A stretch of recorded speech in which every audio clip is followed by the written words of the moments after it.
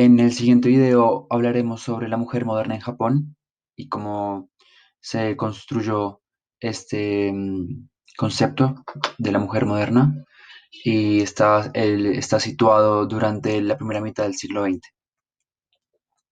Para explicar la mujer moderna japonesa de la primera mitad del siglo XX, empezaremos dando un contexto histórico del país y la situación geopolítica y interna que tenía Japón en aquel entonces. Pasaremos a hablar sobre los encuentros con el mundo occidental. Eh, Hablaremos también del papel de la cultura popular en esta construcción de la mujer moderna en Japón, educación y ocupaciones. Luego tocaremos el tema de la situación de la familia en Japón. Luego hablaremos sobre la vestimenta y la moda. Tocaremos también los encuentros entre centro y periferia. Y terminaremos con las representaciones de la mujer en el arte. Entendemos que estos son puntos claves para dar una idea de, mm, de cómo se construyó este concepto de la mujer moderna en Japón. Nada, empezamos. Bien, para entender el periodo de tiempo que expondremos es necesario remontarnos un poco en la historia de Japón. El periodo de tiempo en el cual nos situamos, como ya mencionamos anteriormente, es el de finales de la era Meiji, es decir, principios del siglo XX. Este periodo está caracterizado principalmente por los grandes cambios que hubo en los distintos ámbitos sociales, económicos, políticos y culturales, al igual que la apertura de Japón hacia el mundo exterior. Em, para entender esta primera mitad del siglo XX es necesario hablar un poco, como ya les dije, hablar un poco antes sobre lo que fue la Revolución Meiji. La Revolución Meiji fue un periodo donde se empezaron a promover varios cambios para insertar a Japón en el mundo moderno e industrializado. Esos eran los principales objetivos de la revolución. Uno de los principales cambios que se dio fue el cambio de un sistema económico feudal a un sistema económico que giraba en torno a la industrialización, una idea que ya venía sucediendo tiempo atrás en Europa y Estados Unidos. Em, Otro cambio importante que se dio durante esta revolución fue la creación de un código civil en 1898 que buscaba legislar y promover estos cambios. Uno de los cambios más importantes que promovió este código y que promovió la revolución fue en los temas de educación. Más adelante mis compañeros explicarán este tema ya que es esencial para entender los cambios que se dieron en cuanto a la mujer moderna. Em, Otro evento importante que sucedió durante este periodo fue la guerra entre Rusia y Japón, la cual se dio en 1904 y terminó en 1905. Em, Tras la victoria de Japón, em, se dio un gran boom económico, donde hubo la expansión de las fábricas que se encontraban en las grandes urbes empezaron a expandirse, por lo tanto se dio una ola muy grande en el aumento de empleos y también se dio un aumento en la importación de bienes desde el extranjero. Japón después de la Primera Guerra Mundial. Bueno, después de su participación en la guerra, Japón desencadenó un crecimiento urbano y económico muy grande, transformándose en una ciudad moderna, tanto interna como visualmente. Por un lado, y gracias a su participación en la guerra, del lado de sus aliados, que en este caso fueron los de la Triple Entente, logró ganar antiguas colonias alemanas en el Pacífico Sur, generando una fuerza política independiente muchísimo más fuerte. También incrementó sus exportaciones en Europa y sentó las bases para el ascenso del militarismo a finales del siglo XX. Además, Logró ampliar sus influencias en China y pasó a ser reconocido como una gran potencia en la geopolítica de la posguerra. Por el otro lado, el mapa urbano de Japón se transformó completamente debido a estas construcciones de nuevas líneas de ferrocarril, de carreteras para los automóviles y también el mejoramiento del sistema de electricidad. Todo esto generó un rápido crecimiento en las ciudades. Entonces también se empezaron a construir edificios de gran altura y sobre todo el surgimiento de distritos comerciales y distritos de entretenimiento y moda, como lo fueron los teatros, los cafés, las casas de geishas, como podemos ver en la foto de la derecha, y de las primeras aproximaciones de los primeros cinemas en Japón. Bien, un segundo aspecto que es importante para entender el tema que expondremos son los encuentros que se dan durante la primera mitad del siglo XX entre Occidente y Japón.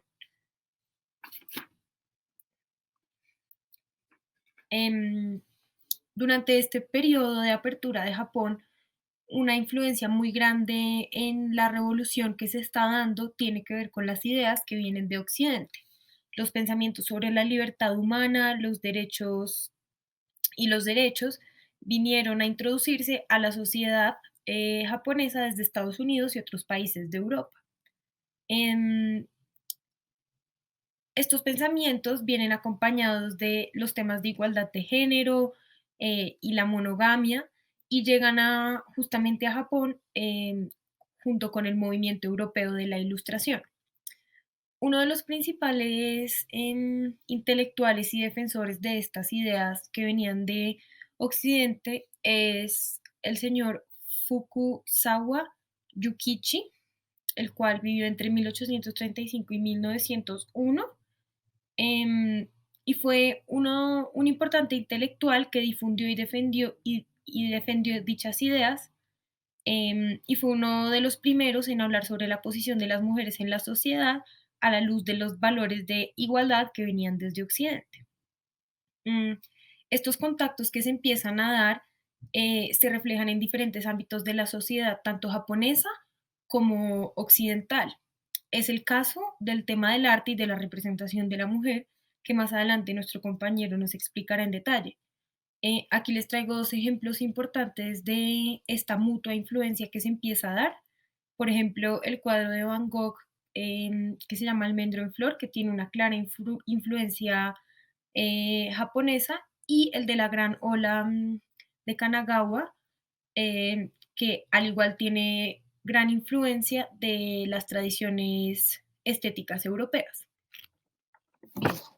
Otro aspecto importante que se puede recalcar sobre este contacto que se empieza a dar entre Occidente y Japón es un primer feminismo que vemos hacia esta primera mitad del siglo XX. En 1911, el Círculo Literario de Mujeres Keisho Bunga Kukai le propuso a la escritora y activista Hiratsuka Raicho que crearan una revista literaria para mujeres, la cual terminaron creando ese mismo año y la nombraron la revista Seito. Esta revista es muy importante para entender el movimiento feminista japonés y para entender los ideales de la nueva mujer, de la mujer moderna.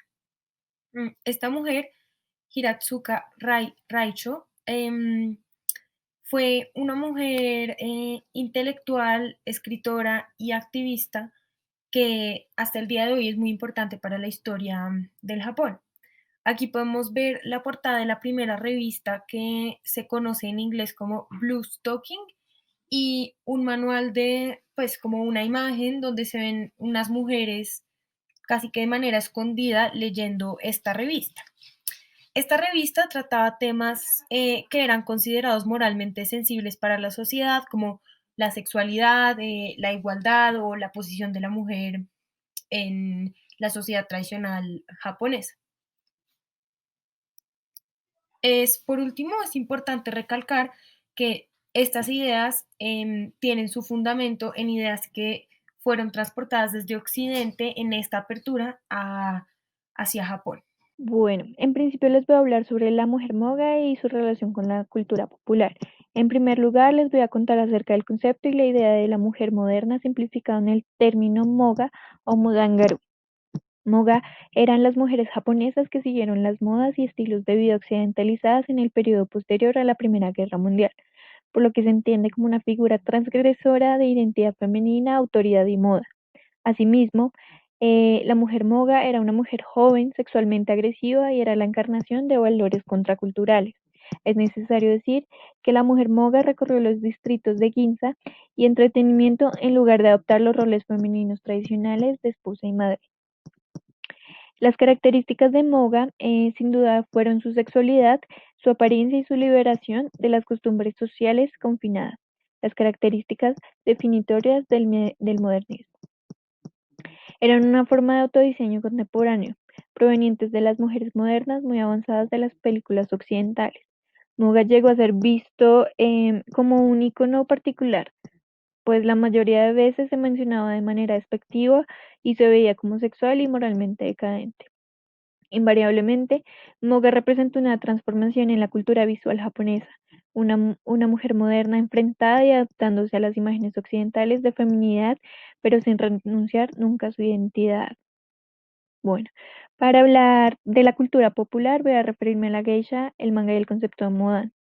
Entonces, las geishas son mujeres que dedican su vida a las artes tradicionales japonesas y usan sus talentos para entretener clientes durante banquetes y espectáculos.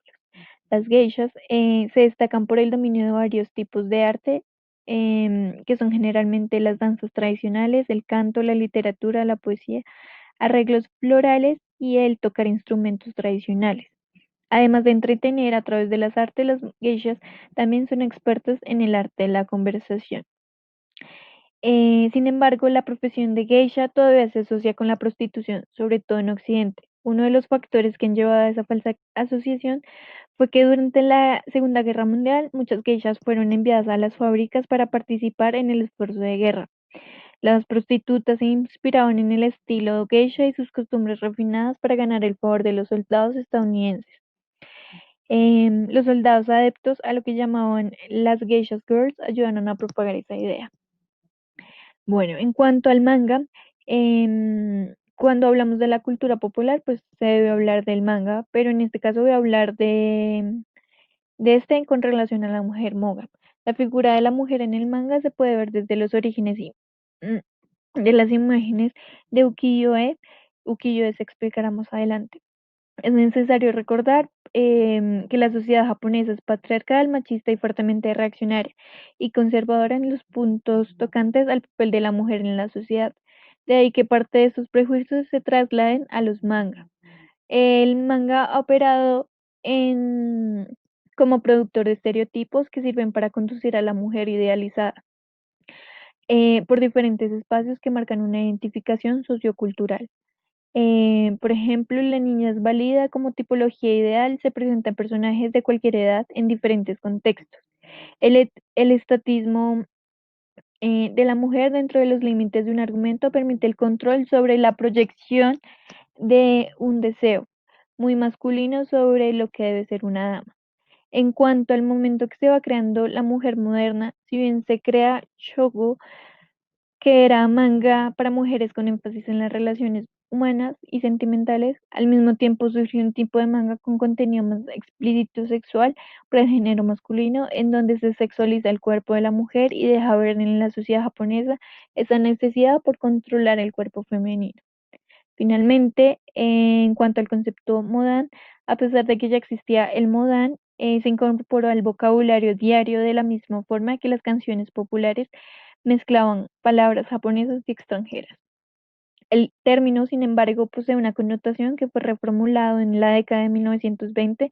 La palabra abarcaba no solo la moda, sino lo último en gastronomía, el estilo de la ciudad misma, la configuración urbana, la arquitectura, entre otros, y ese sincretismo entre Oriente y Occidente. Educación. En 1867, tras la dimisión del último shogun Tokugawa, el nuevo emperador Mutsuhito dio inicio a la llamada Época Meiji, en la cual se restauró la autoridad imperial única después de varios siglos.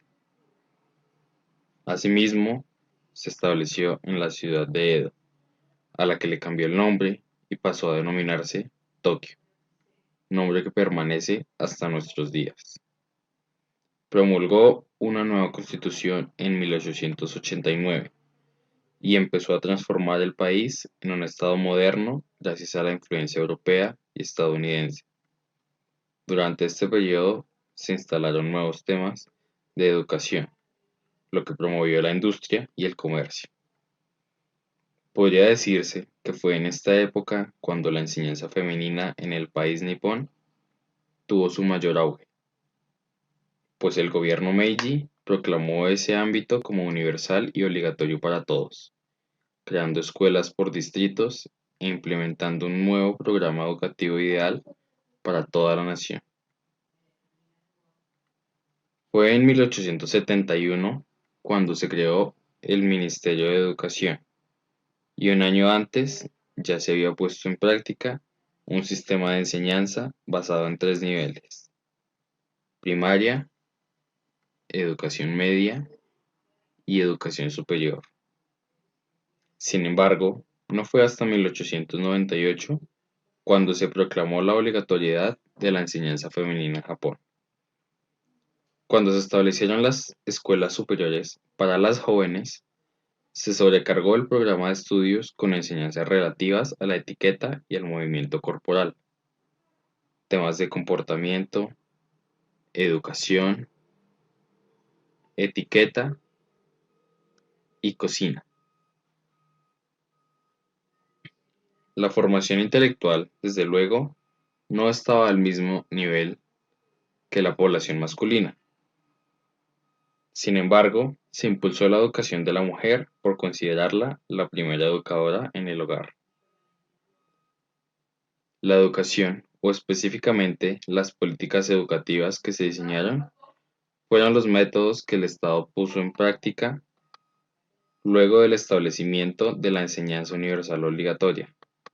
Comenzó a gestarse la configuración de los modelos femenino y masculino de comportamiento de la escuela elemental. El hecho de que la educación se instituyera como obligatoria y universal posibilitó que el Estado diseñara los contenidos ideológicos a diseminar para todos los individuos educados, que pudieran servir mejor al proyecto nacional.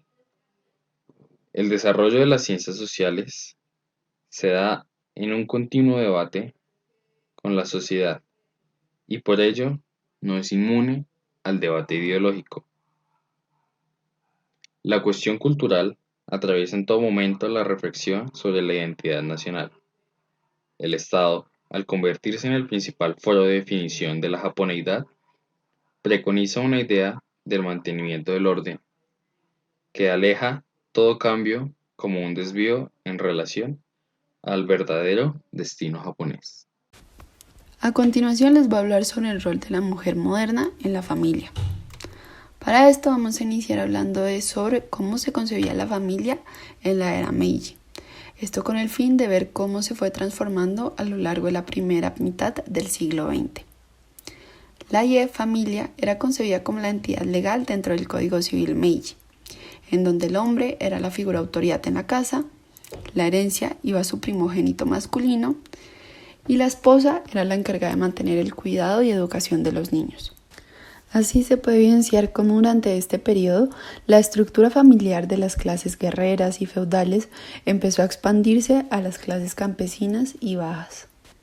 Ya finalizando la era Meiji, antes de 1910, la educación y formación de las niñas consistía en complementar la escuela primaria y en aprender habilidades domésticas como lo es el coser y desarrollar logros culturales y sociales como lo son la etiqueta, ceremonias del té y arreglos florales.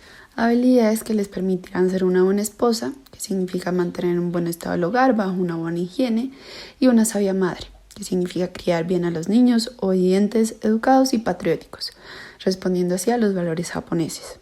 Sin embargo, con la llegada de la Primera Guerra Mundial, la mujer empezó a salir de la esfera privada, que simboliza el hogar, a la esfera pública, ya que esto estimuló la expansión de la industrialización, urbanización y Japón empezó a comprometerse en asuntos globales, lo que significa que las mujeres necesitaban adquirir conocimientos sobre desarrollo social y económico para apoyar financieramente a sus familias. Esto hizo que se desplazaran de esa esfera privada a la esfera pública a través del trabajo, un trabajo fuera de casa. Es así como surge la ama de casa moderna. Una mujer que al graduarse, en vez de casarse inmediato, toma un tiempo para vivir nuevas experiencias para cumplir su rol como ama de casa, shufu. Esta acción empezó a redefinir el ideal de buena esposa, sabia madre, Jiosai Kenbo, pues este ideal suponía una separación de las esferas entre la casa y el lugar del trabajo. Sin embargo, con la salida de la mujer de la casa, se empezó a retar la división del trabajo por género, significando una amenaza para el patriarcado, no por el hecho de trabajar, sino por salir de la casa, el lugar que se le había sido asignado a las mujeres japonesas. A medida que fue avanzando el periodo entre guerras, alrededor de los 30, más mujeres fueron entrando a las fuerzas laborales, adquiriendo profesiones como profesores, enfermeras, trabajo en oficinas y el trabajo en tiendas departamentales. A estas en específico se les denominaron shopgirls. Ellas hacían parte de un grupo de mujeres profesionales de clase media, shokuyo fujin, mujeres que empezaron a caracterizar el ideal de la vida moderna, ya que en estas tiendas departamentales se encontraba la moda, electrodomésticos y demás bienes que componían este estilo de vida. A pesar de que el número de mujeres jóvenes que conseguían empleo antes del matrimonio iba aumentando, para ellas estos eran trabajos temporales que les permitían cultivarse a sí mismas, lo que significaba una oportunidad para prepararse para desempeñar su rol como amas de casa modernas, al mismo tiempo que aprenden sobre la sociedad estando fuera de casa. Finalmente, este desarrollo profesional de la mujer generó tensiones con los valores tradicionales, pues la vocación de las mujeres debía ser dar a luz y criar a los niños. Es por eso que se consideraba que debían desenvolver trabajos relacionados a su rol en la sociedad, como la educación, el cuidado y el trabajo social. Moda japonesa a través del tiempo. Bueno, comenzamos desde el siglo XV y XVI, en donde la prenda comúnmente utilizada por los japoneses era el kosode. Esta prenda es considerada la antecesora del kimono y es unisex. Digamos que las diferencias entre géneros se veía reflejada únicamente por los colores y los matices de las prendas. Sin embargo, el corte del kosode era el mismo tanto para hombres como para mujeres. Bueno, ya fue en el periodo Edo que trajo consigo esa consolidación del kimono y con ello, digamos que la vestimenta tomó un rol muy fuerte en la objetualización de la mujer japonesa, evidenciando también todas esas desigualdades entre géneros y ese papel secundario de la mujer dentro de la sociedad. Bueno, por un lado teníamos los kimonos, que adquirieron esa distinción entre hombres y mujeres en cuanto a colores, ornamentos y estampados, y por otro lado el kimono no solo representaba la edad y el género de una persona, sino también su estado marital, específicamente el estado marital de la mujer, por lo cual se consolidaron diferentes tipos de kimonos femeninos, de los cuales podemos destacar dos. El primero, que es el furisode, que es utilizado normalmente por las mujeres jóvenes y solteras, y el kurotomesode, que es utilizado únicamente por las mujeres casadas. Como podemos ver, el furisode se caracteriza por ser más colorido, exuberante, las mangas generalmente llegan a los tobillos, mientras que el kurotomesode es completamente conservador. Digamos que los colores acá son más sobrios, son más neutros, normalmente pues todos son negros y las mangas son cortas. Otro aspecto importante que debemos mencionar es la sexualización del kimono y esa idealización de la mujer japonesa dentro de la sociedad. Como sabemos, las geishas exclusivamente vestían kimonos de seda que se anudaban o se amarraban con un cinturón ancho amarrado a la espalda llamado obi. Por mucho tiempo, acá podemos ver el obi, por mucho tiempo el obi fue considerado como cierta insinuación de la mujer hacia los hombres debido a esas asociaciones que tenían el kimono como un signo erótico dentro del arte. De hecho, la entrada del mundo occidental a Japón, em, pues las geishas fueron asociadas de una manera muy incorrecta en el occidente. Y cito, una esclava sexual perfectamente recatada y servil que enmascara sus atributos físicos con un gran kimono holgado. Esto es una frase que decía Steve Haruch en uno de sus artículos sobre la moda japonesa. Cabe resaltar también que esta idealización de la mujer japonesa, Yamato Nadesco, se debe en parte a esos manuales de educación femenina que existían en Japón. Esa idealización se puede ver reflejada también en estos temas de vestimenta, en algunos de los preceptos del manual de educación femenina, como por ejemplo, cito, los adornos del cuerpo, así como los vestidos en sus diseños y colores, no deberán llamar la atención a otros hombres. Finalmente, tenemos la vestimenta de la mujer moga. Y bueno, aunque la restauración Meiji fue considerada pues ese periodo de modernización en Japón, digamos que las vestimentas, las libertades sociales y el reconocimiento completo de los derechos de las mujeres no cambió mucho, no se vieron muy afectadas. De hecho, ese pensamiento de inferioridad de la mujer seguía muy latente en Japón y no fue hasta finales de este periodo que gracias a la entrada de esa moda occidental y el surgimiento de ese modernismo artístico en Japón, surgió la mujer moga. Y esta mujer moga como ícono en la moda también.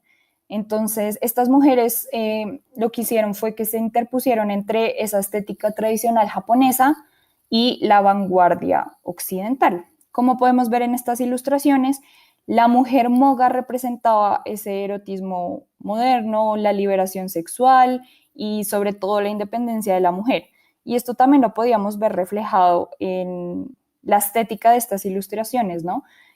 Acá se idealiza a esas mujeres con cabello corto, ese cambio en los cortes de los kimonos tradicionales, quizás en otras ilustraciones ese gesto del cigarrillo en la mano y demás. Para entender a la mujer de la primera mitad del siglo XX en Japón, es indispensable entender unas dinámicas que existieron entre el campo y la ciudad, entre la periferia y el centro.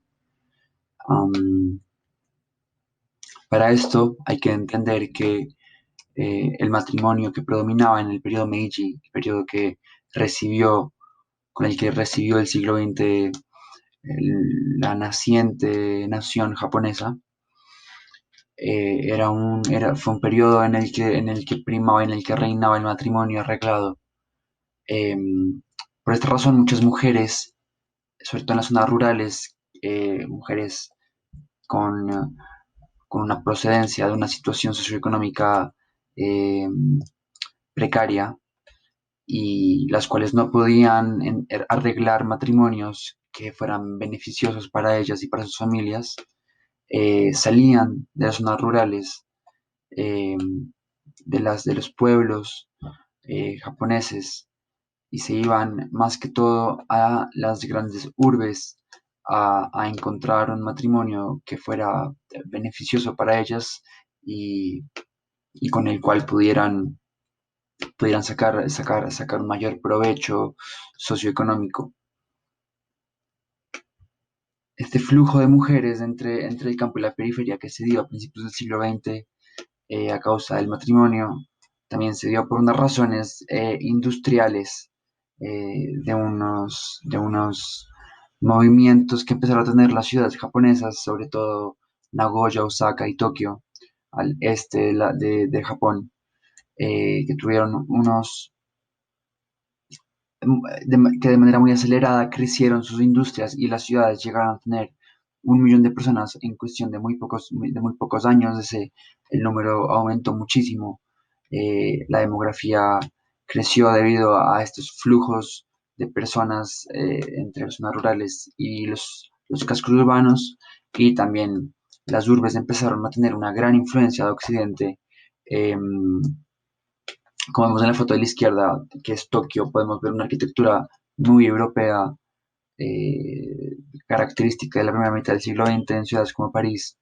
Entonces, eso fue otro atractivo para las mujeres llegar a los cascos urbanos y es que tenían este diálogo con el occidente que ponía en cuestión muchas cosas eh, de la tradición japonesa eh, y el papel poco protagónico que tenía la mujer dentro de esa tradición japonesa del periodo Meiji.